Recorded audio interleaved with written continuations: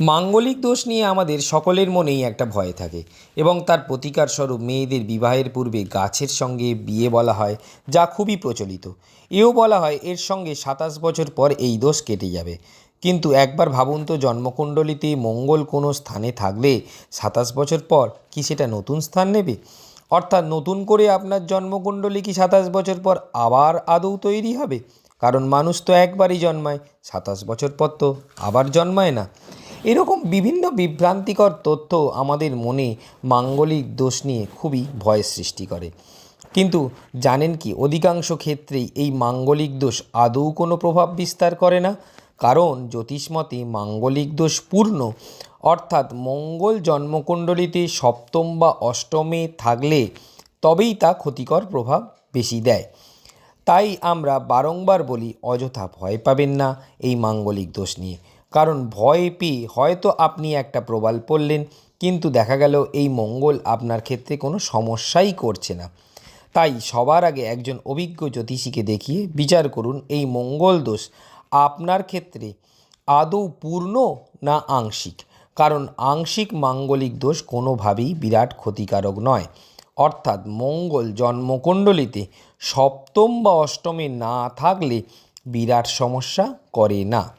আবার সপ্তম বা অষ্টমে থাকলেও যদি এই মঙ্গল নিজের রাশিতে থাকে, অর্থাৎ সিংহ বা কুম্ভতে থাকে, বা উচ্চস্থ অবস্থায় থাকে, অথবা বৃহস্পতি ও চন্দ্র দৃষ্ট হয়, বা গোচরেও বৃহস্পতি চন্দ্র দৃষ্ট হয়, তাহলেও কিন্তু এই মাঙ্গলিক দোষ খণ্ডন হয়। তাই বারংবার বলছি, আমরা যে রেমেডি করার আগে অবশ্যই বিচার করুন। আবার এর সঙ্গে এটাও বলবো, আপনি মাঙ্গলিক হয়ে রেমেডি করলেন, কিন্তু আপনি মঙ্গলের যে লাল রং তা প্রেফার না করে অন্য কালারকে প্রেফার করেন, তাহলেও আপনি যদি তাতে প্রবাল পড়েন, তাহলেও কিন্তু মঙ্গল দোষের প্রভাব একটা থেকেই যাবে।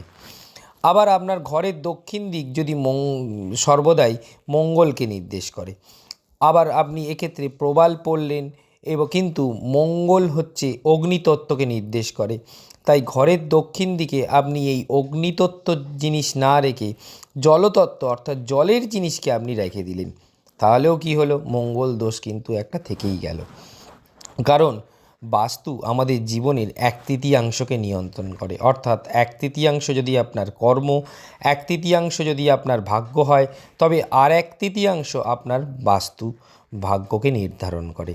তাই প্রবাল ইত্যাদি পড়ার সঙ্গে সঙ্গে মঙ্গল জাতীয় রং আপনি প্রেফার করুন, অর্থাৎ লাল রঙকে প্রেফার করুন। এবং ঘরের দক্ষিণ দিকে অবশ্যই আপনি অগ্নিতত্ত্বের জিনিসকে রাখুন, কখনোই সেখানে জলতত্ত্বের জিনিসকে রাখবেন না।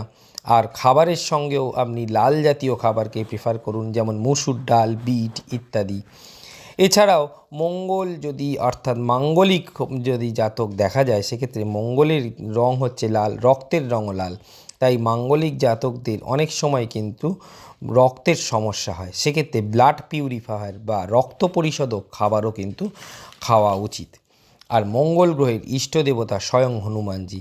তাই মাঙ্গলিক দোষ যদি খুব প্রকট হয়, তবে সেক্ষেত্রে প্রতি মঙ্গলবার হনুমান চালিসা পাঠ করতে কিন্তু একদম ভুলবেন না।